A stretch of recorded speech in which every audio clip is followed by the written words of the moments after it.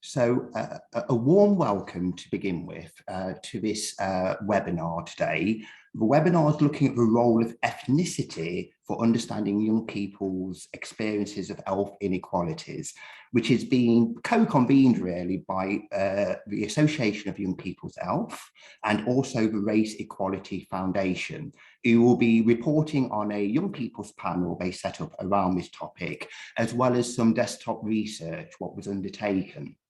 So before we go into the seminar, I just want to do a little bit of housekeeping. So this webinar will be recorded. So please, I don't believe you've got the function actually to turn on your cameras, but if you are invited to turn on your cameras, please remember to keep them off at a later time. Also, I believe everybody is muted, but there will be a panel discussion later on, so you'll have the opportunity to unmute and potentially ask your questions. The webinar runs from now and we hope to end around 5:30. The first hour will consist of a series of presentations by numerous people, and I'll introduce them to you very shortly. The final 30 minutes will be dedicated to a panel discussion where you will have the opportunity to ask your questions and share your observations about the talk. In order to take part in that discussion, what we would encourage you to do is two things really. One, you'll see the Q&A function at the bottom of your screen. Throughout the presentation, please feel free to kind of share your questions, which we'll collate and we'll be asking the panel at the end of the webinar. For those questions we won't be able to answer due to the time limitations, we will try and endeavour to kind of feedback and answer them in a different form after that. Also, you've got the chat function, so please use the chat function also. In the chat function, for anybody who needs a written kind of dialogue of the webinar, you'll be able to find a link in there, what you'll be able to click and follow the discussion, the written narrative of today's webinar. Okay, also you'll find inside the chat is our links for social media. So we would encourage you to share your ideas and share the event on social media. So please tap onto the chat function and copy and paste that link and use the links. And that's for also the Association of Young People's Health and also the social media links for the Race Equality Foundation. So please do share today's discussion. We will also be providing a recording, which you'll be able to find on both organisations' websites. It will also be emailed out to everybody participating in today's webinar series. What else do I need to share in relation to that? So I think that's it in terms of the general housekeeping. In terms of the outline of today's discussion. So like I mentioned, we've got voices both from young people who will be taking part in today's discussion. We've got the researchers behind the research what we share today, as well as practitioners who have supported the young people's panel in arriving at the findings they'll be sharing. In terms of delegates, so gosh, thank you for your participation, and we've been inundated really with people wanting to take part in this very important kind of discussion. And so we've got a blend of delegates what have registered from, again, young people who are interested in this particular topic. We've got people from the NHS, we've got individuals from the charity sector, as well as local government and the NHS. So based upon all those different sectors, we're hoping for quite a rich panel discussion at the end of the webinar. Okay, so In terms of speakers, and I won't stay too long, and I should have presented myself actually at the beginning. My name's actually Darren Sharp, and I will be chairing this webinar series. I'm the Deputy Director at the Institute for Connected Communities based at the University of East London, and also a member of the Association of Young People's Health. So joining me in this webinar today, we'll have Christine, who is from the Race Equality Foundation. Also Rachel from the Association of Young People's Health. She will be presenting and also taking part in the panel discussion. We have Emma, the CEO of the Association of Young People's Health, who will also be taking part in the panel discussion. Jabir, who is the CEO of the Race Equality Foundation. Again, he will be taking part in the panel discussion. We have Association of Young People's Health interns. So we'll be joined by Nora, NJ and Angela, and supported by Esther from the Association of Young People's Health. And also Jeremy from the Association of Young People's Health. He will be another panelist. And supporting this webinar, we've got Anne, who will be monitoring the chat. So that's just a reminder, if it wasn't clear before, please post your questions into the Q&A, and Anne, who waved earlier, she will be collating them and we'll be using that to quiz and scrutinize the panel in the last 30 minutes. And most importantly, we've got Vicky from the Association of Young People's Health. So she will be supporting the tech, in essence, behind this webinar to ensure that it all goes smoothly. So thank you once again for signing up and participating in this webinar. And at this point, I'm going to hand over to Rachel, who can give a bit of an introduction in today's talk. Thanks, Darren, and thank you for everyone for being here. We're delighted to be part of this webinar today and share with you some of the findings from a recent piece of work we've been involved in around understanding the role of ethnicity in shaping young people's health inequalities. So I'm just going to give a bit of a kick-off in terms of why we have been focusing on this work at AYPH and Race Equality Foundation. As Darren mentioned, please do feel free to get involved on Twitter using the hashtag available throughout today's session. So for those who don't know about us already, I wanted to give a brief introduction to who we are at the Association for Young People's Health. So we are a national charity across the UK, and our main mission and vision is to improve the health and well-being of young people aged 10 to 25 across the UK. So we do that in a range of different ways. We're not condition specific, so we take a really broad look at all of young people's health and wellbeing needs. And we think about three different main things really. So thinking about the data, the research, the evidence on young people's health, how can we best explore and share this information? We think about what young people's experiences are, what have they said, and how can we best share those voices and amplify young people's experiences in broader conversations. And finally, how can we be advocates for young people's health? How can we put our hands up and say, have you thought about young people's health needs within the broader conversation? We also provide training on young people's health and health inequalities, which is co-delivered with our fabulous interns on the call today. So if you're interested in getting in touch about any of the work that we do, please do get in touch with us via the email in the chat. We are importantly a membership organisation, so we work with individuals and organisations in order to make sure our vision comes to life. So if you're interested in joining our movement, then please do get in touch and think about becoming a member of AYPH. And you can use this QR code to access more information about us on our website. In terms of my role at AYPH, my job title is Inequalities Policy Fellow, and we have been kindly funded by the Health Foundation to carry out a 3-year piece of work dedicated at looking at exploring young people's health inequalities.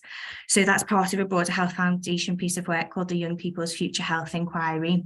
And as part of that work, we've been really exploring what do health inequalities look like, mean, and contextualise as for young people aged 10 to 25. So we've already carried out a range of work on this topic generally, kind of exploring the definition of health inequalities, how it might what are the causes, the levers, things that we can really focus on making a difference, what some of the solutions are.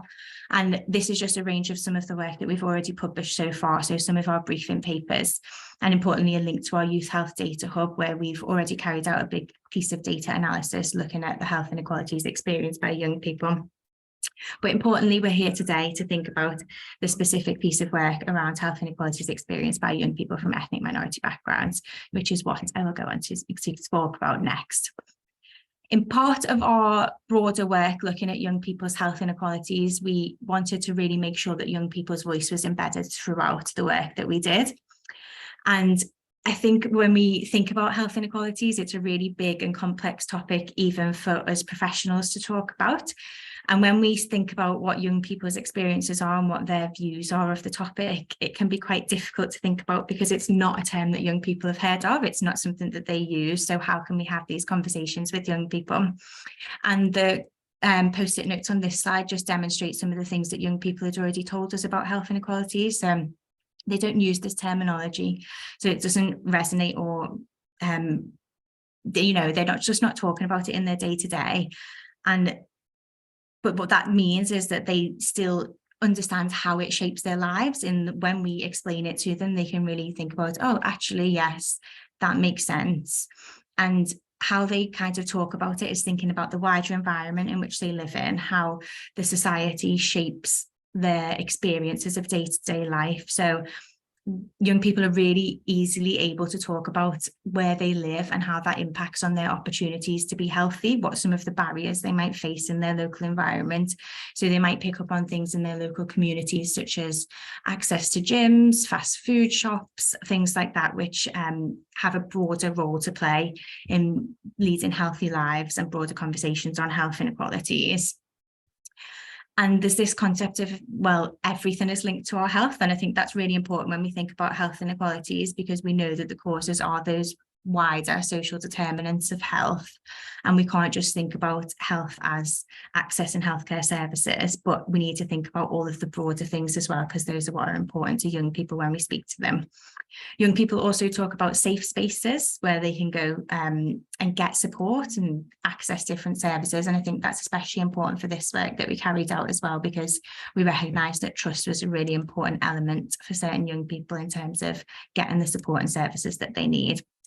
And obviously, when we talk about health with young people, they are likely to bring up topics that are really important and pertinent to them, such as mental health as well. That's definitely a key issue for young people when they think about health and well-being at the moment. So what did we do in this project? I guess we wanted to build on what I was just talking about in terms of what young people have said generally about health and health inequalities, but we wanted to take a bit of a deep dive into thinking about what some of young people's specific experiences are of health inequalities, getting a good grasp of that definition and what young people's experiences are. So we could have taken a broad approach and spoke to a really wide range of young people about this topic, but what we wanted to do was to do more of a deep dive approach and focus in on the experiences of some specific groups of young people. So in this piece of work, we decided to focus on the views and experiences of young people from different ethnic minority backgrounds. And our reasoning for focusing on this group was because we knew there had been a lot out there in terms of COVID had revealed different health inequalities along the lines of ethnicity, in terms of whether different ethnicities were more likely to catch COVID and unfortunately die from COVID as well. But also there were other research emerging in terms of maternity and maternal health as well, in terms of poorer outcomes for certain groups of ethnic minorities as well. So we thought there's a lot happening there in terms of these data, but what is the picture for young people's health and health inequalities from ethnic minority backgrounds? And we knew that it was becoming a more emerging priority for different policy groups as well. So such as the NHS Race and Health Observatory was established recently, and it's a really important step forward. And we wanted to think about how we could potentially link into the work of organisations such as that in terms of shaping the policy agenda on health inequalities for young people from different ethnic minority backgrounds as well. So that was why we decided to focus on this specific group of young people. And what we did was 2 complementary pieces of work. So the first piece of work we did was a data review. So we looked at publicly available data sets that were broken down by both ethnicity and age. So like I mentioned, we're really interested in young people aged 10 to 25. And this built on earlier work that we've done at AYPH, where we reviewed available data that's broken down by age and deprivation status. And we know that there are crossovers between deprivation and ethnicity data, but we wanted to really look here at what it says about ethnicity and whether there's any differences there in terms of health outcomes. And to coincide with that, simultaneously we ran a piece of engagement work with a small group of young people to really get a strong insight into what their views and experiences of health inequalities are. Importantly, we wanted to work in collaboration with the Race Equality Foundation throughout this work. I think it's important to reflect that as a white woman, I knew that I wasn't going to represent the views and experiences of this group of young people. So we wanted to work in collaboration with an excellent organisation who do represent those views and needs of young people from ethnic minority backgrounds. And importantly, provide that level of support and trust for the young people that we worked with, because we know that, like I said, trust is really important for young people in terms of opening up and sharing their experiences, particularly on topics that can be difficult to talk about, like health inequalities. So what did we do in terms of the engagement with young people? We created a dedicated youth panel, which was ran online, and we hosted a number of sessions with a small group of young people in order to hear their views and experiences. And really importantly, we appointed 1 young person as a peer facilitator throughout the project. So they worked with the other peer facilitators on an equal footing. So we worked together to develop and plan what we would talk about at each of the youth panel sessions. We kind of removed that power dynamic and hierarchy between like researcher and young people and invited a young person in to help us run the sessions, which was really important to help share their lived experience, but also really helpful in terms of making sure that it was an iterative process. So we didn't go in there with set defined research questions that we wanted to answer, but we had a process whereby we would reflect on what the young people told us was interesting, and in the next session we would build upon that more and delve into those conversations. So that was our approach to working with young people. As I mentioned, they were all online meetings, and importantly, we made sure that the young people were all compensated for their time in terms of helping us on the youth panels as well. So what we'll do today is we will summarise what we heard from the young people and what the data showed us as well in terms of the outcomes for young people. And just to mention that both of these pieces of work have been written up into 2 separate reports, which are available on our website. And we also have produced a summary report, which picks out the highlights from both pieces of the reports as well, if you're shorter on time and don't have time to read through both of the full reports. But we will have links to those going into the chat as well, so you can read those after the webinar. But we thought first it would be really important to hear from the young people who are involved in the panel themselves about their experiences of both being involved in the panel and what they've thought about health inequalities faced by young people from ethnic minority backgrounds. So we've got a few slides here to go through, which will share their views and experiences. So I'll take them turn by turn. So the first question we asked the young people were, what were the main things you took away from being on the youth panel? And I will just play this audio for you now. I found that the whole environment was very supportive, and the facilitators were extremely supportive, which made the whole experience very comfortable to be in. The part about meeting other young people made me realize that it is the fact that it was, especially since our voices can be put to research like this. One of the main things I took away from being a member of the youth panel was, again, meeting other young people that had talking about health inequalities with other young people. That was very helpful, and it was learning about, you know, microaggressions, the age discrimination, the lack of representation, things that were discussed in the youth panel.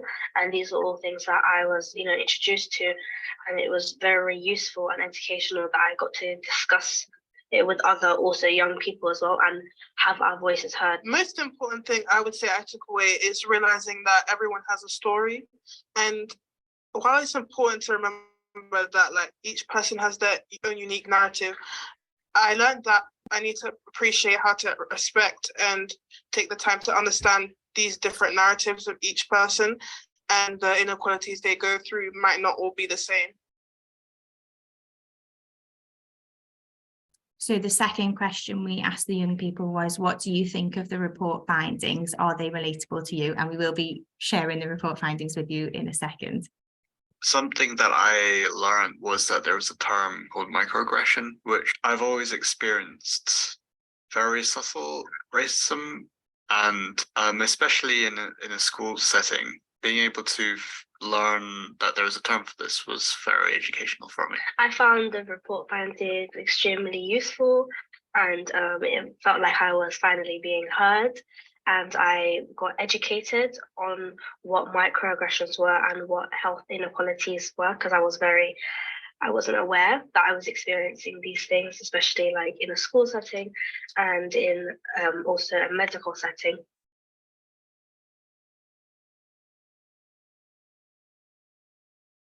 And the third question we asked was, what are the key messages that you would like to tell professionals attending this webinar today?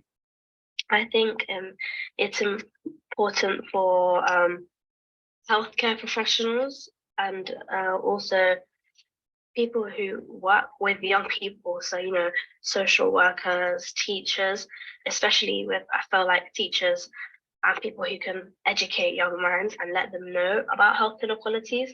Because like for me personally, like I figured out, I didn't know there was such a thing until it had to affect me, and I still didn't know how to deal with it. So I feel like, you know, professionals that work with children and just even general knowledge, this should be something that we should know in our schools and our healthcare. You know, NHS, they give you so many leaflets and health information on how to better your health. They should also let you know. They know your ethnicity. They always ask you what your ethnicity is, so they know what you are, and it would be helpful to know like you are at more risk of something, just to know. And I just feel like, yeah, healthcare professionals and social workers and people that work with young children and young people. I think there needs to be more communication and flexibility, because I think it's all said and done us voicing the things that we want to change or the things that we're having problems with. But there needs to be appropriate solutions for these problems. And sometimes they're grouped into either one thing, or it's difficult for them to even help you with your own problem because they're too busy involved in something else, because they don't know how to pinpoint what you're actually trying to get across.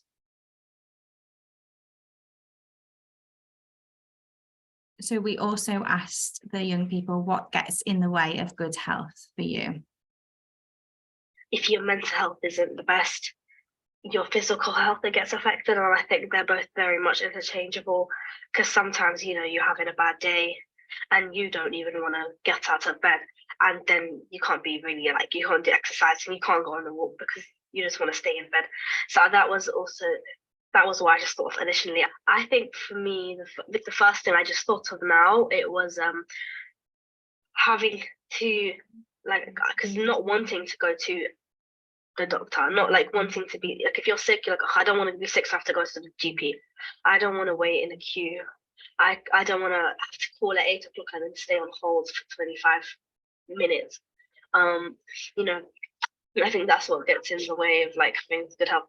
Also, sometimes I'm just scared. I'm like, what if I say I have this concern with my doctor or something, and they say like, oh, I don't believe you, or it's just maybe you're lacking in vitamins, and just gives me a couple of vitamin D's, and just I'm like, and then when it's later on, I'm like, what if it's too late? And it's just that's what goes in the way. Just fear. Health inequalities get in the way of good health because some people may face discrimination, or they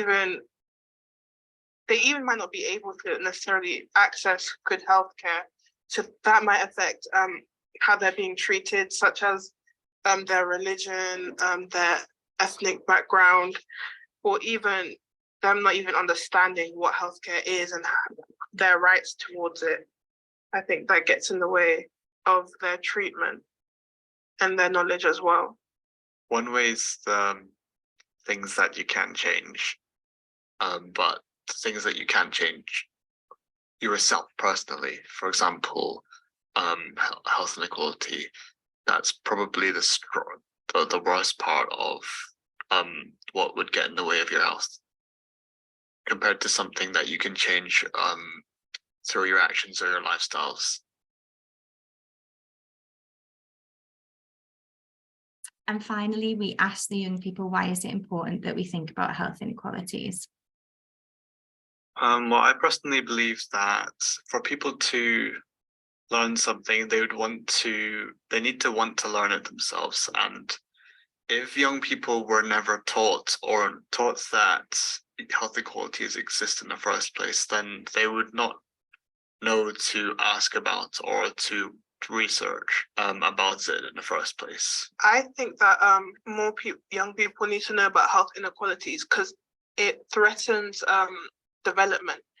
If less young people know about matters that are important, such as the inequalities experienced by others, they might become stagnant in terms of the knowledge and how we're able to build upon each other's ideas and problems to figure out more solutions. Knowing what I know now and health inequalities, I feel like it's important for young people to have the conversation and set health inequalities into like the narrative and make sure that it's something that is spoken about, because it not being talked about, it can be dangerous, because sometimes if you want to go say something, if you want to go to like a doctor or something and your voice isn't heard, you're less likely to doubt yourself. Maybe you will push harder to have your voice heard if it's a conversation, if it's something that we all speak about that is recognized. So I really hope, with the support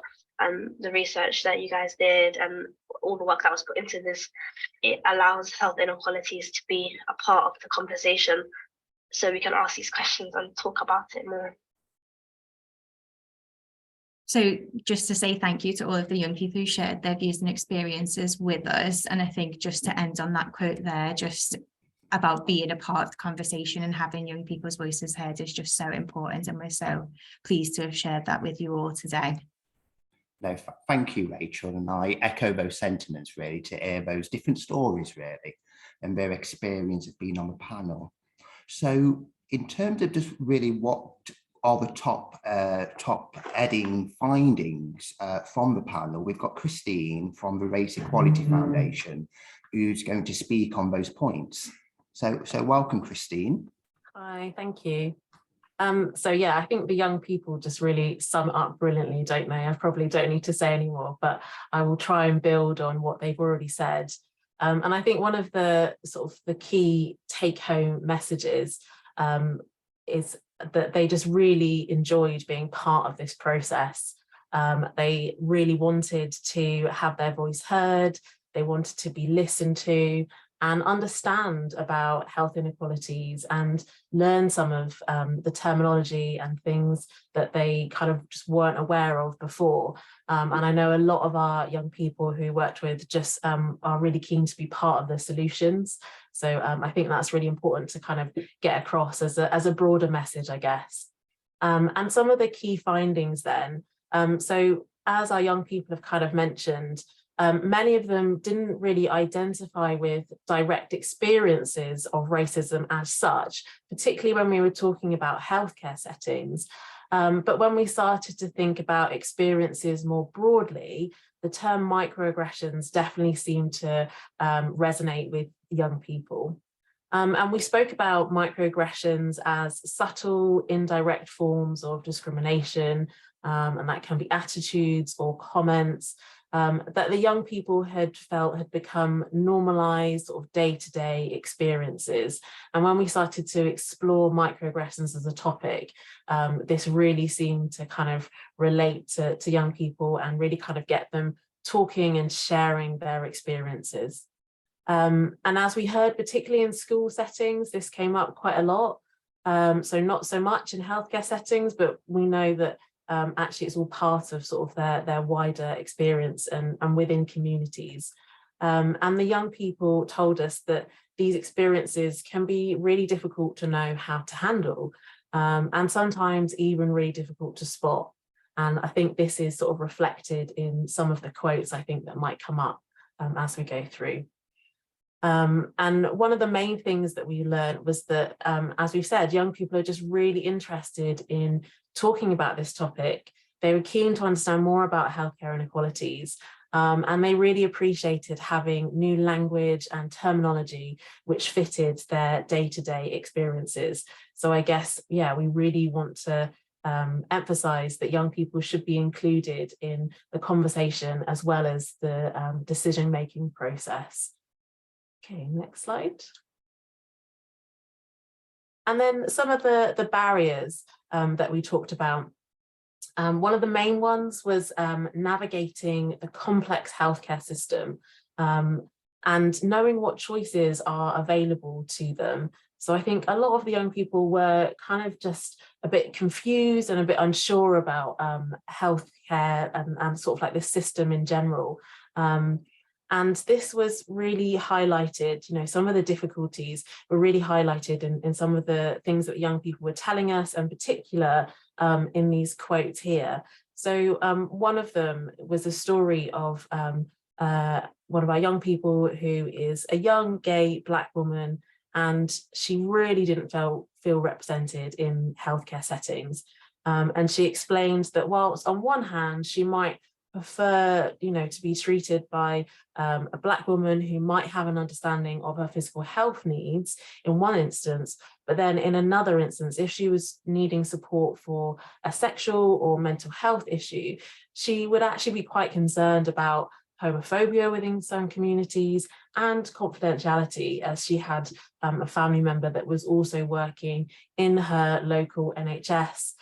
So yeah, that was something else that, you know, she had to think about when deciding kind of what to do next and who to speak to. And another young person told us about their fight to get diagnosed with eczema, because a lot of the doctors that she was seeing just weren't aware of how this represents on Black skin, or how it presents on Black skin.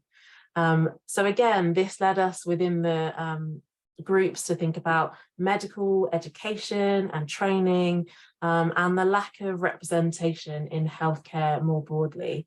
And we did speak about, you know, maybe some of the young people might not have felt heard because of their age. So there's lots of other sort of complex intertwining issues when we think about kind of age, race, gender, as well as sexuality. So all of these things we spoke about, and the young people really kind of highlighted to us that, yeah, it's just so kind of confusing and complex to be dealing with all of these things when they just want to get help and support with a healthcare issue. And unsurprisingly, what kept coming up, therefore, was about communication and being able to build trusting relationships with healthcare professionals as something that was really important. And I know, Rachel, you've already mentioned about safe spaces where they feel listened to and they don't feel judged. So yeah, these were some of the things that we've sort of highlighted here as the key findings, but we've also detailed a lot more in the report as well.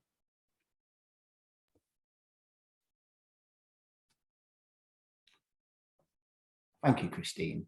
Sorry.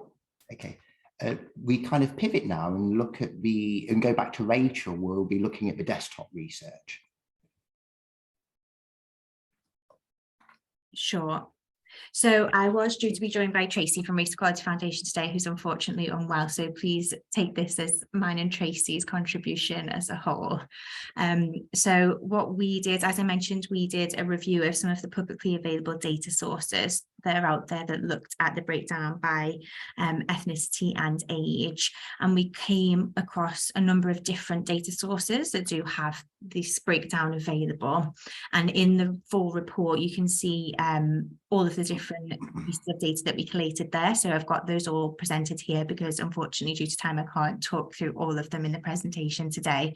But you can see that we've got some of those contextual background-wider determinants of health kinds of data on free school meals, experiences of school and bullying, not in education, employment or training statistics, right through to some more of the health outcomes kinds of data on health status, obesity and mental health. So today we're just going to talk through a number of these, but if you are interested in the wider topic, then please do check out the full data sets in the report as well.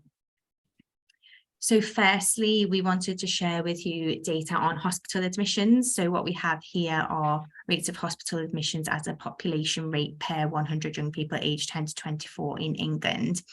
And just to reflect, I guess, at the outset in terms of how data are presented by ethnicity, and you'll see that in the data sets presented here today, there's kind of a big variation in terms of how they're presented. So we have here quite broad categories of ethnicity, but in some of these data, we have more detailed breakdowns, which provides us a more full picture of what's happening. But here we have, like I mentioned, the hospital admission rates by a population rate. And what we can see is that Black and Asian young people are more likely to be admitted to hospital compared to the mixed and Chinese young people and white young people as well. And what does this show us? I guess when I present data, I always say data presents us with a question rather than the answer, because we only have half of the story here and we don't know why this is. But what we can think about when we look at this data, we can think, well, this is only the young people who actually access the service. This isn't all young people generally who had a health need.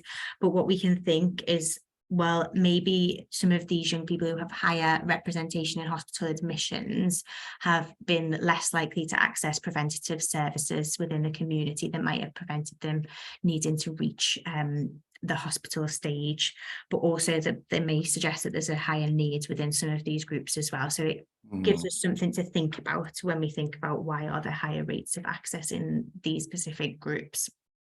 And why are there perhaps low rates of access in other groups? Do we need to do more targeted work with those groups as well? So something to think about rather than an answer. Similarly, we've got here data on experiences of healthcare settings. So we don't actually have very good data on what young people's experience of healthcare settings are.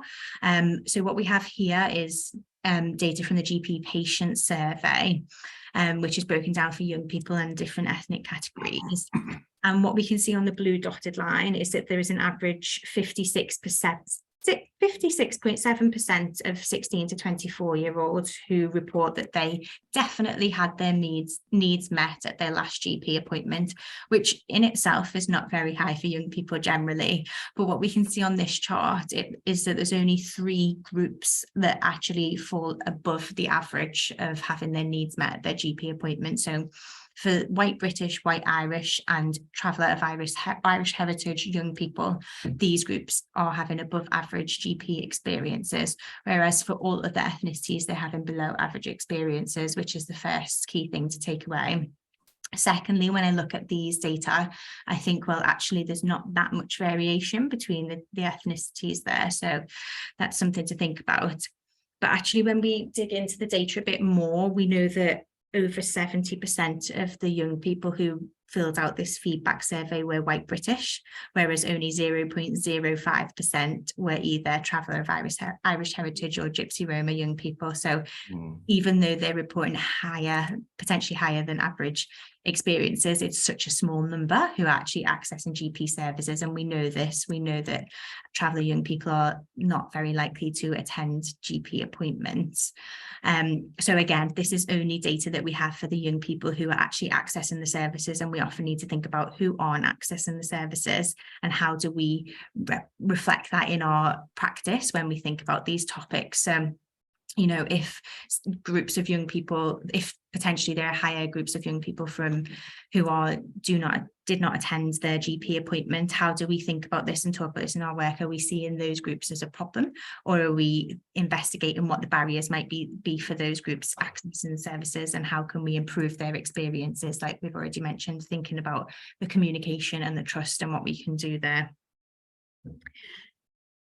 Then thinking on some of the health outcomes. So we looked at vaccination status to think about how public health interventions can improve young people's health now, but also into the future as well. And we don't have good data, unfortunately, across a range of vaccinations, but we did have data on COVID vaccine rates for 12 to 15-year-olds in England. And again, we knew that the vaccine uptake rates for one dose of the COVID vaccine were quite low among young people generally, but in this chart, we can see just how big the variation was between the different ethnic categories. So for example, the lowest amounts of COVID vaccine take-up, were from the Gypsy, Roma and Black Caribbean young people at just 12.4%, compared to the Chinese young people, which was 75.5% of those young people taking one dose of the vaccine. So that's a difference of 6 times. So we can see real variation there. And I guess there's questions over why that is, and reasons for vaccine hesitancy, again, might be linked to trust, might be linked to where we access information sources, but also some of the research out there shows that racism itself has a direct impact on whether people generally from ethnic minorities are taking up vaccines.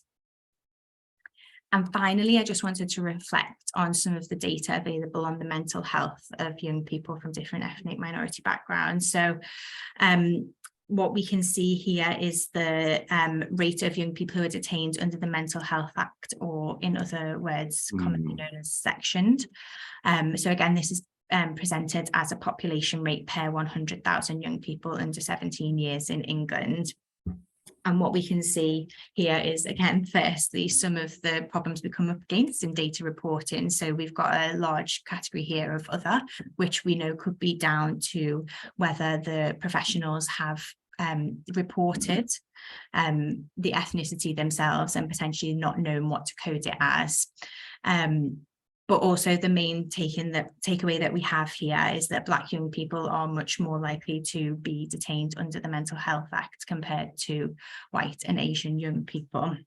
And this data is reflected in other research and data that we have out there as well.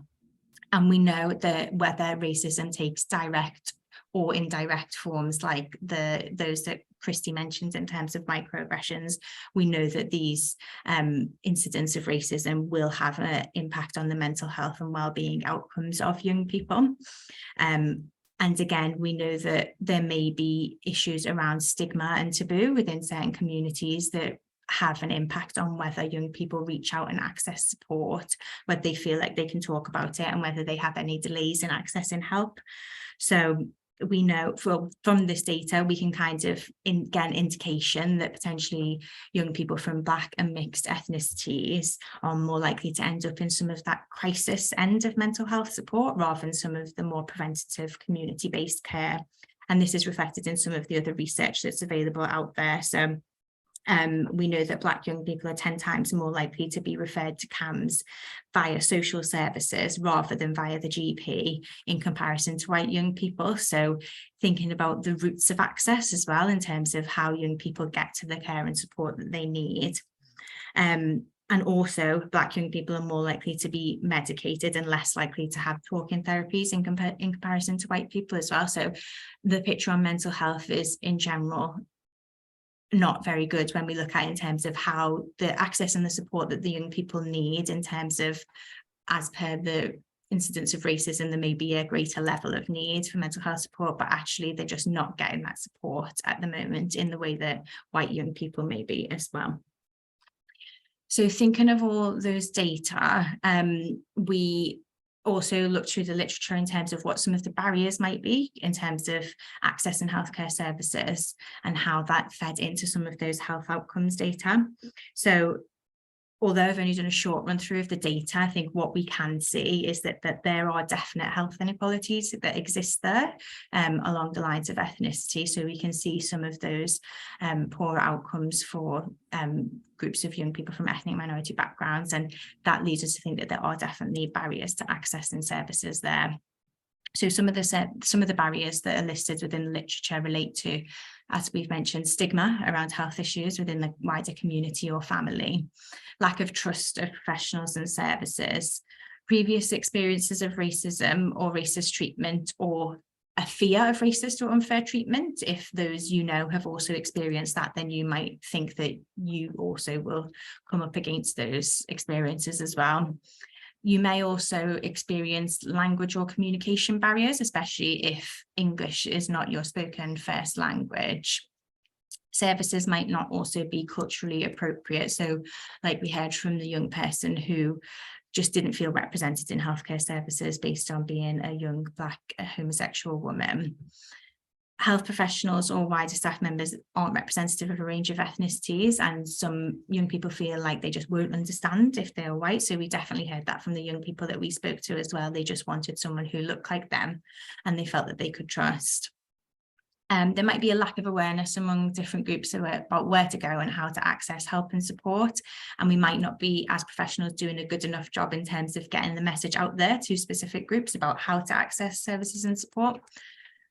And there might be limited staff education and training on different topics like racism and microaggressions, about how those unconscious bias and prejudice can feed into our work and what we can do to overcome that and make sure that we are providing an equal service for all young people.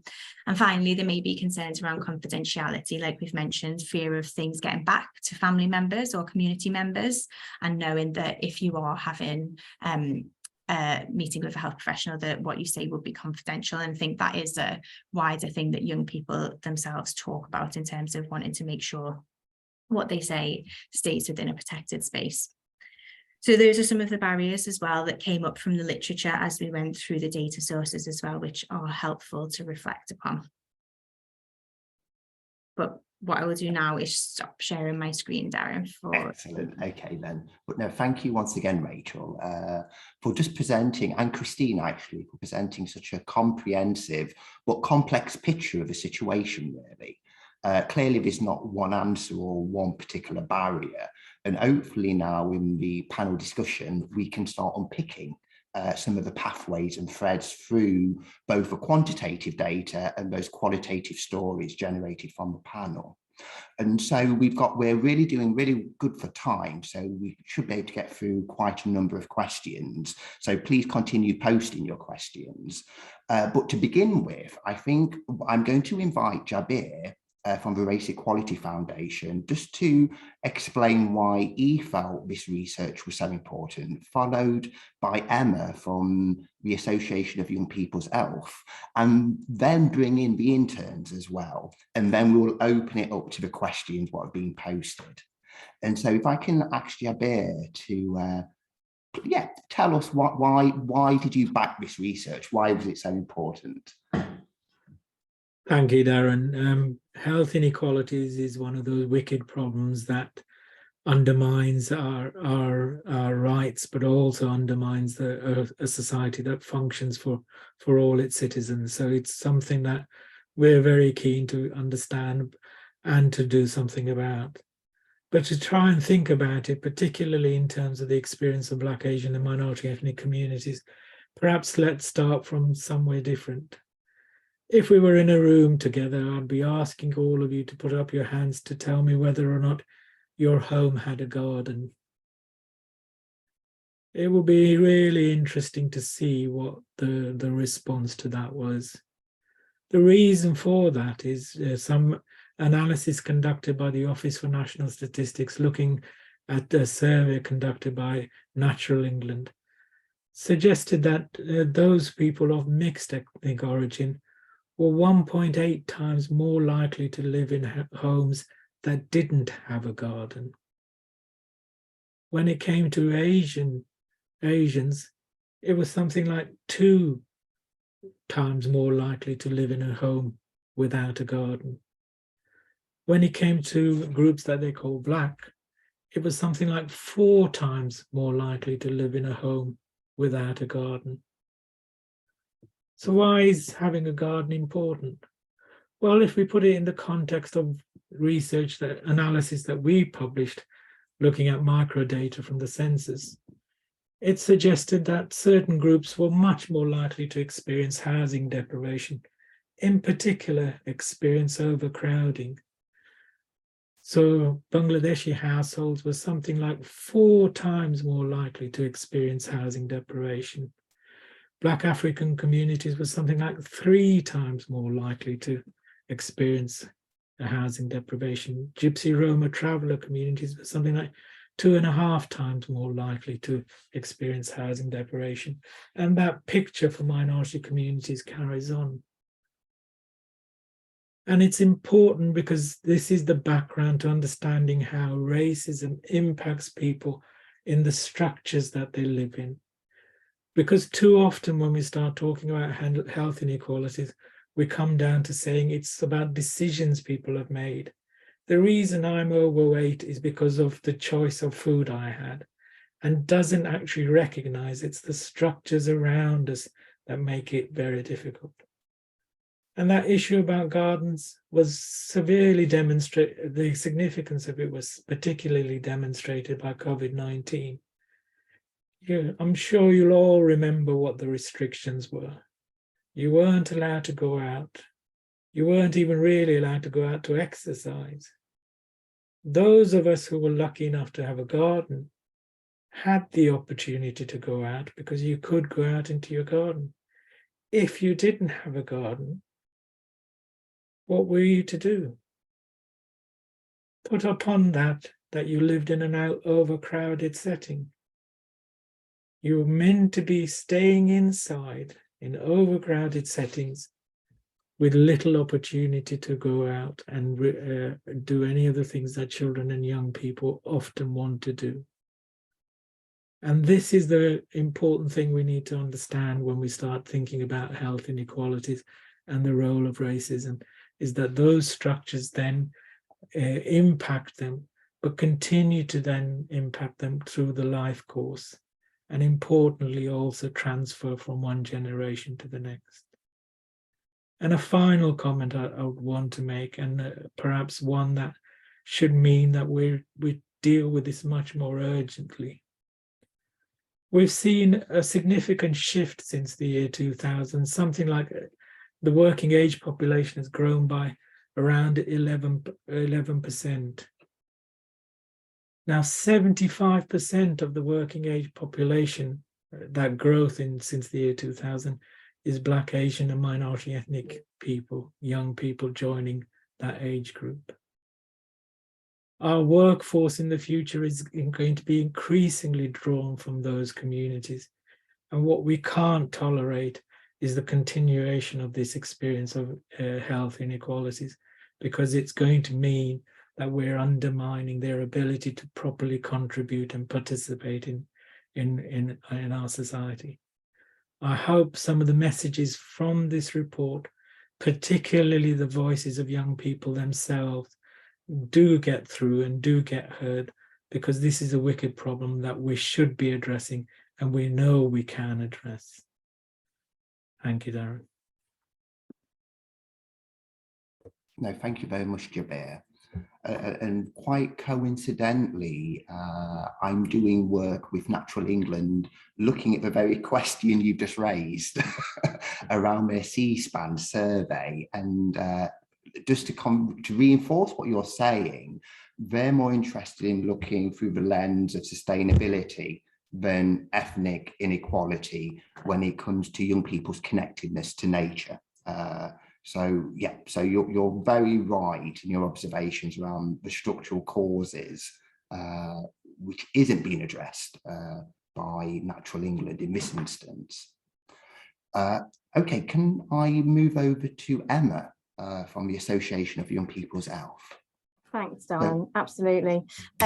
So I think it's really important to say, following Jabir's points, that certainly those structural factors that impact health inequalities for young people have been coming up throughout the work that Rachel has led on health inequalities for young people, and really important. And we know how important young people's local spaces where they live, their local communities are to them, and how much young people are in their local communities, often more so than other parts of the age span population. So I just wanted to really reflect on why, for me, it's really important that we understand and hear the voice of young people around this issue.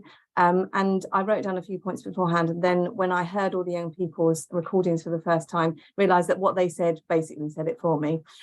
So firstly, one of the quotes was that the inequalities they go through might not all be the same.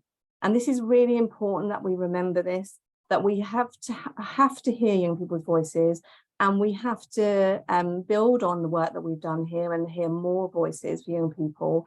And this is important because not all of the young people's experiences are the same. We have to understand the detail, and we have to, and seeing it alongside the data is a really helpful way of making sure that we're having a nuanced picture of what young people's experiences are, and those are really informing the work that we do. The second thing about that is that the quote from the young people was, it felt like I was finally being heard. And in order for young people to be heard, we need to have really well designed and supported participation work. This involves skilled workers, this involves support organisations, partnerships like the partnership we were able to have with the Race Equality Foundation, and other organisations and support workers throughout this. And that's really important, that we have planned and well-run engagements, that we really hear those voices from young people. I think the third point was a little bit more nuanced from what the young people were saying, and wasn't so much on my list, but this was really that young people were saying I wasn't aware that I was experiencing these things. And this really points for me to something around the importance of raising these awareness with young people, having these conversations with young people in schools, in youth settings, and having those staff who are able and willing to have these conversations with young people in an honest and open way seems really, really important. And then finally, I wanted to say something about, well, what do we do? And the young people said something like, we need to find appropriate solutions for these problems. And certainly, I think for me, this is the kind of, for us, it's a call to action. I think I'm sure there are others who are doing the work in this area that really highlight the need for change, really. But that we also need to think in that is that we're making sure that we're involving young people as we do that. Often the power dynamic in change is that we decide what we want to, the system decides what the problem is, and then we ask young people about that. This was a process which was led by young people, which was informed by young people. The topic on the next panel conversation was led by what young people said was important to them. And I think that power dynamic as we move forward is absolutely fundamental, because otherwise we can get in a cycle of trying to solve the problems that we've got in the system, but not really understanding where young people are at and what is happening for them in their communities. Perfect, thank you, Emma. And I love the call to action as well. And on that note, if we pivot to the young interns, and so I'm going to invite you to kind of share why you think both pieces of work were important. What does it mean to you? NJ, do you want to go first? Yeah, just being put on the spot. Sorry, NJ. No worries. I think what Mr. Jabir mentioned is a very critical point, because I don't have any experience, I don't have any degree or qualifications. But the point about you mentioning is structures are very important, and this used to be in East Asian cultures, very much when I was growing up. The house you live in, the structures around you, it's very important, because they have a certain impact on your health. So it's a very important thing. And in general, I can see why the point about COVID impacting, because if you had a garden, you could go out, you can be healthy, you can enjoy the fresh air, you can get those things. But if you are in a enclosed space and you can't go out, it's very much a damage you're doing, especially when you're growing up as a young person, because this is important. If you are growing up, you should be able to get access to those things which no issue, which enrich your lives, they're the very foundation of your life, and things like that. And I think it's a very important point that you mentioned, and we should be associating ourselves with those research findings. And for those of you, I would like to mention that I'm also deaf, which means that I do have some experiences of some certain experiences when I was growing up, and this has really I wouldn't say had an impact on me, but did really shape up my perspective on how things can go for people with from ethnic minorities, because if you have a disability or a certain condition, you are more likely to be facing issues. You may not be even aware of them, because if you are deaf, you cannot hear what is going on around you, unless there is a certain communication support placed, you know, to help you. I think these are all the points that I wanted to mention, and you know, it's really interesting to be here. Thank you for having me. You know. Well, no, thank you for your participation and your work, most importantly, NJ, on this topic and this research. And so, Angela and also Nora, did you both want to say anything? Yeah, so I think something important to think about is kind of the bias that's built into the system. So I think it was designed for largely sort of white men, and I think that's built into the medical literature and stuff, and I think that's something important to think about. And I think especially when we think about sort of intersectionality, so people with multiple sort of marginalized identities, so women, sort of people sort of who are living in poverty, kind of, I don't know, neurodivergent young people. I think it's important to think about the impact of those intersecting identities and really keeping that in mind, and kind of having that kind of individualized approach to things, and kind of thinking about how that impacts individual young people. And then kind of just to build on that a bit, so I've done some work kind of developing mental health service, and one of the things that came up over and over again was the need for kind of mental health professionals who represent the communities they're serving, and who are also kind of aware of the different nuances, and kind of sort of quite culturally aware. And I think also sort of just slightly more on that, I think we need to think about kind of the methodologies that are used, and whether they are appropriate for the people they're serving. So if you look at something like CBT, a lot of it is sort of challenging kind of irrational thoughts. And so if someone's experienced racism, it's not irrational for them to be worried about that. And I think that just things like that need to be kept in mind, and kind of adapting as the sort of unique needs of young people, especially when you think about kind of the rate of sectioning within sort of certain groups. Then I think it's really important to keep these things in mind. I completely agree with you. If I was to build on the importance of the ethnical and cultural background, I personally believe that it has a significant impact on the mental health and well-being of young people, mainly due to the fact that, from my personal experience, I'm Arab, so my parents don't speak English. They don't have like a strong like English language, to be fair. So growing up myself, I've had to like learn the independence of being able to go to appointments by myself without having my parents there with me, which I found quite difficult because of the expectations of like having to talk to like the pressure of having to talk to someone else and not knowing what to say. And especially in GP appointments where there's a time limit set of like 10 minutes. Yes. And then having to let out all the information about what's going on, but then a personal reflection of what I'm going through, then having to verbally tell someone else what I'm going through, but then having to then understand, like, do the person that I am talking to really care about what I'm going through?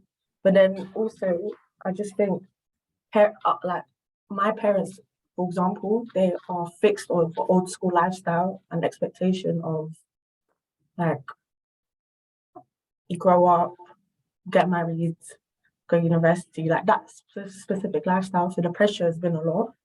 So yeah, I think young people, they develop based on the surroundings and the influence they have around them. And in this current generation, social media has quite an impact on young people's mental health, because there's quite high manipulation of what's right and what's wrong, which personally, I think it's hard without having that figure in life, that role model, that influence you're able to communicate with, have that relationship with your parents where you're able to talk to one another and able to get the support that you need. Because if you can't get that from your parents, it's quite hard to then talk to other people, because you don't know like who to really trust and who really cares for you. So I think pressure, like there's high pressure on young people that with ethnical and cultural backgrounds, especially in London living, because there's just so much expected of young people, and it's hard for us to live up to when we don't really have the right influence around us.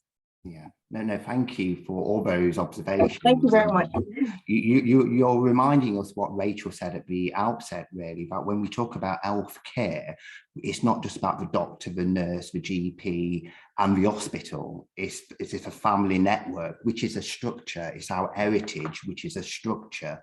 And we're at the center of all these structures, what kind of demand different things from us, alongside social media and peer influence. So it is again about that navigation and that complexity of navigating all those systems, expectations, and understanding ourselves as well. So thank you for those insights. If we can go to Anne now, who's been collating some of the questions, and Anne, if you don't mind sharing, I guess, the top questions, and then we'll filter them across the panel. We'll see who's best able to answer them or address them. Great, thank you very much, Darren. We've had some interesting questions and I've had a go at trying to sort of categorize them. So the first set of questions are actually quite concrete questions about the methodology, but I think they are things that people are really interested in. So they're probably going to be questions to Christy and Rachel. Okay. But we've had, for instance, I'll give you all four, but I can break them down. But we've had questions about how many young people were involved in the engagement work, how we recruited young people into the engagement work, what ethnicities people had who we spoke to, and also whether they had pre-existing health conditions, which I know was something that we did think about quite a lot during the process. So I'm very grateful to the people who put those in. That was Rosie from Streetwise, somebody called JUMP, Marina from Change for Life, and Ramandeep. So perhaps I'll hand those over straight away and then come back to me, Darren, for the next set. I will do. Thank you, Anne. So shall we begin with Christine, if you want to tackle that, and supported by Rachel. So in essence, who formed your group, your panels? How did you recruit them, and what was their backgrounds? Yeah, sure. So our panel really have I've been working with for a number of years through the collaborative work that I do with the Race Equality Foundation. So a lot of the young people we have a pre-existing relationship with, which I think is really, really important for this work, especially because you know, it's such a sensitive topic, but also some of the young people had actually already met each other. So that was quite important, that they, you know, kind of already knew some of the names and the faces that they'd been meeting online. So yeah, through work and my own research with the Race Equality Foundation, yeah, I've kind of recruited a lot of young people through its sort of existing channels and networks within the foundation. And we've kind of built up a group of, or a pool of young people, if you like, that we kind of consistently like link in with and connect with. So yeah, that's mainly where our young people came from. And I'll let you, Rachel, speak a little bit more about kind of the background, because I know that's in the report, isn't it? It's detailed in one of the tables. Yeah, I thought I might just share the table that we have in the report just so everyone can see. But we had in total, can everyone see that? We can do, yes. Yeah, we had 10 young people involved. So like I said, it was a small scale involvement of young people, but we really wanted to work with those young people closely on the topic. And like Christy mentioned, it's such a sensitive topic that we really wanted to not have too big of a group of young people felt like they couldn't share their experiences, but we felt like we could work with them and build up that trust over a number of sessions. So we had 10 young people involved overall, and this table presents the breakdown. So we had an even split on gender, which is always useful.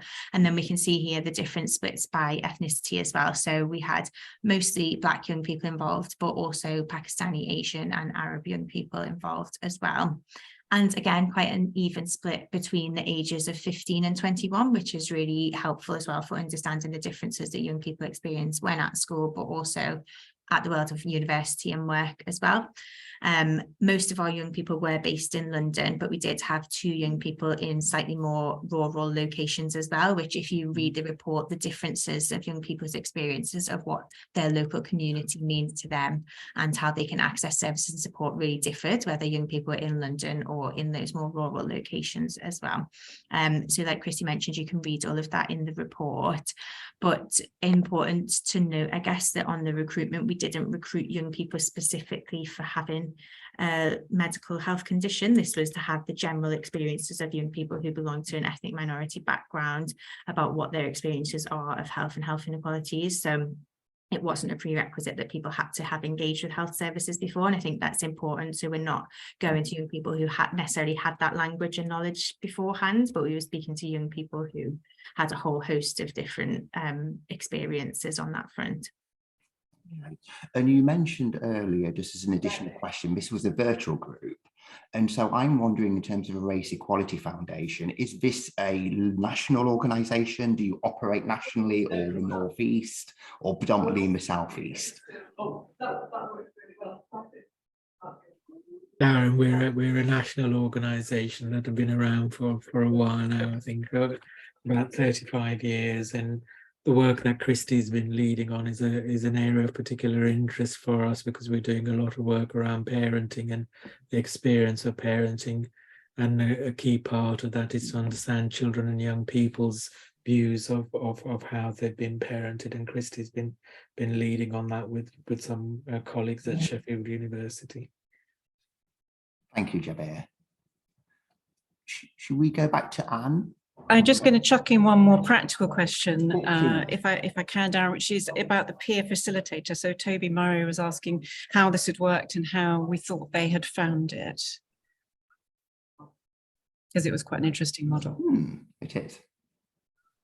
Yeah, so and I think I was just going to touch a little bit more on the methodologies as well, because I think somebody asked that question. But yeah, in particular, the peer facilitator role, I think in a lot of participatory research and youth engagement work, like having that peer facilitator that's engaged from the start is really important in informing the work and making the decisions. But also just, I think the person that was our peer facilitator was like amazing, and she, I think, made it then a lot easier for the young people to feel like they were already represented as part of this group. And yeah, probably helped us a lot along the way. So it didn't feel kind of like it was just run by old people. There was a young person kind of leading it. And yeah, I think the methodology that I think we kind of used was mainly sort of, you know, you might call it co-production, but also participatory research. I think, yeah, just really letting the young people lead it, and each session was informed by what they wanted to talk about, and I think that was really important. So I think as far as possible, we tried to lessen those kind of imbalances that you often get in this sort of type of research. Yeah, I don't know whether Jeremy or Rachel, you kind of want to add to that. Well, only to add, Christy, that we it wasn't like a research interview or focus group. It was very much like a conversation, and we had different ways for the young people to feedback, whether they wanted to speak or whether it would be on post-it notes or online activities, so that young people could share their views in a range of different formats, which I think is important because not all young people always want to speak in front of a bigger group or to speak publicly, and sometimes they want to raise those things privately. And we did also have opportunities for the young people to speak to us one-on-one if they didn't want to say things in the main session as well. So a range of different methods, really. Thank you, Rachel. And what period of time finally did you meet? Was it over a summer period or longer than that? So we met between June and November of last year. So we met about once a month. Obviously, trying to get everyone together at all different times is not always the easiest, but we met about once a month. Thank you. Okay, so now what I've got for you, Darren, is a set of questions that are more to do with the data. And I think actually underlying some of this really is the issue about the, I mean, I know what the answer is going to be, which is we don't have enough data, and perhaps also the impact of some of the issues that we're actually talking about on whether or not we're collecting the right data. So there was a question about immigration status and whether we found any data on the immigration status. Was from Ilona Pinter in the data sets, and because of the structural barriers that there are then in place for people perhaps who you know, are not entitled to services in certain positions, or, you know, no recourse to public funds. I mean, you can Rachel, I don't think we did find any data, did we, on immigration status in any of the main data sets. It's a sort of hidden group. So we looked at the main data sets that we know about that have data for our age group, and we looked at how those are broken down, and most of them are broken down just by age, and then you'll have some that are broken down by age and gender, and then you'll have some that are age and deprivation status, which we've looked at before, and then finally an even smaller amount that will have ethnicity, and you don't usually get any more breakdowns other than those factors. So we didn't see any of that in the main data sets, but I haven't specifically looked up immigration data sets which might have some things relating to health, but I've not looked that up, so I wouldn't be able to comment. Yeah, and I think probably unlikely, but we can certainly have a go. But the other thing that several people have picked up on really is that we then have to rely on service data. So data when people come to the GP or they go to A&E, and then you will see patterns in there that are because people are not accessing services because they're excluded from them. So Mananza Chowdhury was talking about how to get data on young people who don't go to GP services, for instance, and then I'm going to say the name wrong, but Mian Chen was talking about social bias and family values in Chinese groups and how that stops them from going to mental health services. And is that why we see different patterns for mental health problems, in lower levels of mental health problems registered in the Chinese groups? So I don't know, Rachel, whether you had any thoughts on those. Yes, and perhaps, I don't know, in your wider data sets. But in terms of the data, we just don't know that level of information. As you said, health services aren't collecting the data in terms of who's not attending. I think that's something that we definitely need to look at on a local level about, okay, we know who is here, but who isn't here, and what can we do to reach out to those specific groups. And I think obviously COVID, we did learn lessons from that in terms of access and routes of access for different groups, in terms of they won't be necessarily traditional routes, and we need to look at different ways to get information out there. But yeah, that's a big gap, and I wish I had the answer, but I don't think I do. And that's something that we can shout louder about, I think, as a result of this piece of work. I'm not going to do justice to all these questions. Oh, Emma, you have your hand up. Yeah, I was just going to say, I think it is something that we could maybe think about in terms of integrated care systems and other parts of the structure of the system, really understanding the young people who are in their patch and who are in their communities. So it's not, I'm not going to give you a data response because I'm not a data person, but I do think it is about, if we understand who the young people are in our communities and parts of the health system understand that, then we can better understand at a local level which are the groups of young people who we aren't seeing in services, and then how we're going to have a kind of responsive approach which looks at how we can understand why those young people are not able to access services, and how they can be supported to have their voices heard. Yeah. Thank you, Emma. And could I throw that question over to Jabir as well, in terms of missing data when it comes to ethnicity, children and young people? Darren, unfortunately, Tracy's not speaking for herself, so I have to do it. But Tracy and my colleague Jez Phillips have just completed a major study for the Wellcome Trust looking at the recording of ethnicity in health data sets. We've had an incredible movement in this country with the inclusion of an ethnicity question in the 1991 census, which puts us way ahead of what's happening in Western Europe, for example.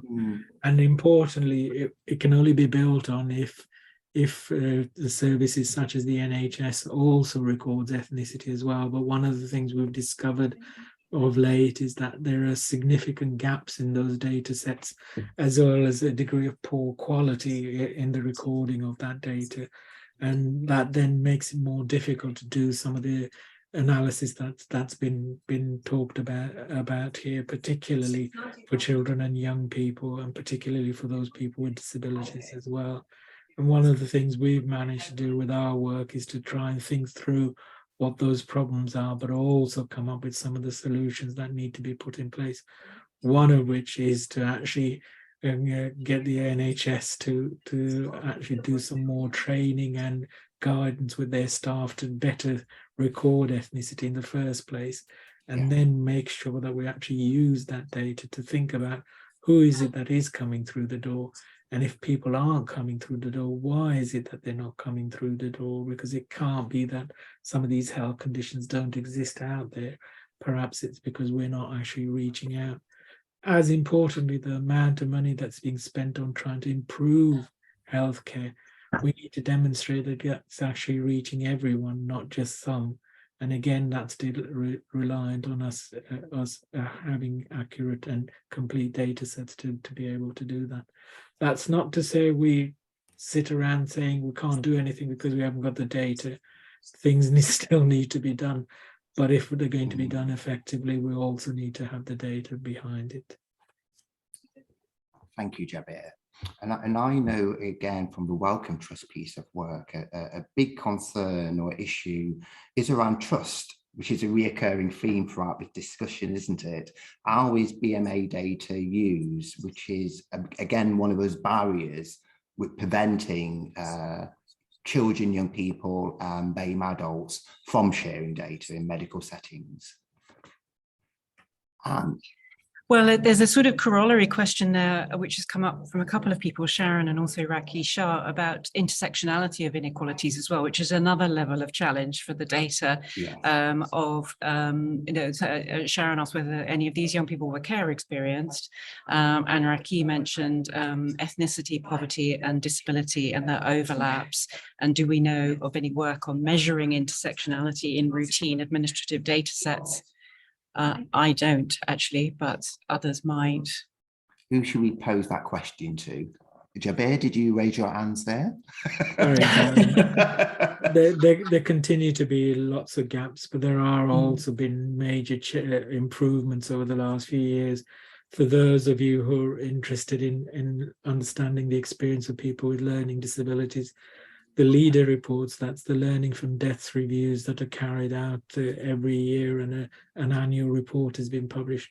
The last 4 of those reports have looked at ethnicity as part of the analysis that they've done. And while there continue to be some worries about that data, it also has painted a very clear picture of the experience of Black, Asian and minority ethnic people with a learning disability, and the unfortunate likelihood of them dying younger than the white counterparts.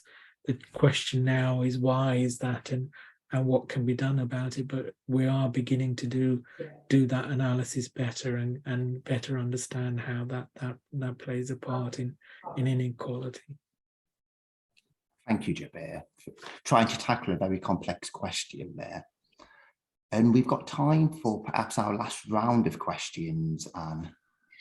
So we had a question about what kind of terminology young people use. It came quite early in the presentation, and I wasn't sure whether it was applying to health inequalities or specifically to ethnicity, but maybe it would be, I don't know if the panel have thoughts about language. Could I ask the interns perhaps to address that? Should we rephrase the question for them? So what do we want to know about language, Anne? Are we talking about this using the right words, I suppose? I mean, we know we've talked a bit about what health inequality, how that's a difficult term for young people to understand. What are the right ways for us to talk about this kind of unfairness? Yeah. Do you want to tackle that, Angela or Nora? Sorry, could you repeat the question, because we were It was about it's a difficult question, Esther. It's about language and whether we're using the right kind of words when we're talking about ethnicity and health inequalities, or does it all sound a bit not really how you talk about it? Language of who? Language, you know, when we talk about what language do young people use when they're talking about health and health inequalities. That's something that's come up a lot in the health inequalities training that we've been running. And I think it's a case of kind of speaking to individual young people and finding out what works for them. Like I said before, I think it's kind of an individualized approach and just kind of asking young people what they feel comfortable with. Yeah. I thought. Yeah, I'll also touch upon the fact that every individual is different, and it's quite hard to categorize people and put them all into a group when we don't really necessarily know the ins and outs of that individual. Because when you meet someone, you can't judge them off like 5 questions, for example. So language just should be quite simple to an extent, to the point where they're able to understand and they're comfortable with, like, just communication is the most important thing in my opinion. Being able to communicate, and if there is clearly like barriers affecting that communication, there should be other things put into place in order to have communication. For example, if it's easier for someone to have a piece of paper and a pen and they can write down their feelings or how they feel, and then they give you a piece of paper. Right. It's different type of communication. And NJ's got something on the to add. Yeah, just a really quick point on it's more about like speaking that language, because again, if you are the professional, you're supposed to have more years of experiences behind you. I'm saying this with absolute respect, but it's more like speaking the language of young people, understanding how they speak, and making sure that they understand it in their own way, because again, which is easier to adapt. Can you really make young people adapt to you, or can you adapt to them? Like, let's use our common sense here. Like it's common that's sense, another call to know? action, isn't it? Yeah. I'm not being you know abrasive here, but No. it's pure common sense, it's pure logical, and I have respect for data, you know, everything to do with data. But again, we should not be looking at young people as data, as numbers, 1, 2, 3, 4 on a graph or a piece of, you know, numbers like that. We should be looking at them as individual human beings. They are individual human beings. They are like you and me. They have their own concerns, their own life, their own, you know, worries, and how they're going to live their life, career options, things like that. It's more like we need to change our perspective. We're getting there. It just takes time. Yeah. No, thank you, NJ. And that we hear that humanize young people, and Angela, it's about a person-centered approach when we're engaging with young people. And then if I can just go over to Rachel, again, following on from that question, are we naming the problem in the right way, and what should we be doing if not? In terms of when we have conversations with young people, I think it's taking that really broad look about what health means for them. And I think what came up for us in this work was really the importance of communities and what a community means, whether it's the physical place you live in, or whether it's the sense of belonging to a different group or community of people. And I think having different ways to talk about health, which isn't just like whether you have a condition or whether you've thought about mental health, but really broad look, was really helpful for us for expanding the conversation and then thinking about how that might feed back to what your health might be in the present now or in the future as well, how it might impact on the health there. But we've done some other work at AYPH thinking about language and terms like vulnerable and marginalised, and what young people think about that as well. So I would check out all of our resources, because we've thought about all of these really important questions in more detail there as well. Well, no, and thank you for that kind of nod, actually, Rachel, to kind of signpost people back to the report and back to the website where they can learn more and access all what was discussed today. And we've come to the end of the actual webinar, so it's gone really quickly, this discussion. So I want to really just thank all the panelists and all the participants and everybody who took the time to join this webinar. And we just hope it's been a fruitful and insightful learning experience for you. For me, what I took away are just a few very salient key messages. I love the call to action because we all know that racial inequality isn't new. It's a very old phenomenon. What was brought, I guess, into sharp focus during COVID due to the going back to what Jabir mentioned about the lack of green space and back gardens, what compounded the COVID lockdown for a lot of ethnic minority young people and families. But just listening to your research, really, it's about the normalization of microaggression. Because blatant racism isn't there, that doesn't mean racism still doesn't exist, causing inequalities to healthcare. The idea of navigating the healthcare system is complex for professionals to navigate the healthcare system, let alone users, let alone young people who may have to do that independently by themselves. So there's something about service design, the NHS and primary health, what needs fixing. And finally, for me, and it goes back down to all types of relationships, the best relationships are trusting relationships. But building trusting relationships are very difficult. You've modeled it in terms of your panel, but how do we embed it within the healthcare system where we can develop trusting relationships between young people and people who are there to serve their healthcare needs? So none of these have got easy solutions to, but that is our call to action. That these are some of the clear areas we each need to fix in all our professions. So on that note, thank you everybody who participated. Thank you, Rachel. Thank you, Christine, for all your work. Jeremy, my apologies for not calling you in on the panel. I didn't realise until 5 minutes before the end of the call. And thank you for all the support around this webinar. So at that point, I'll wish you all a good evening and thank you for joining us.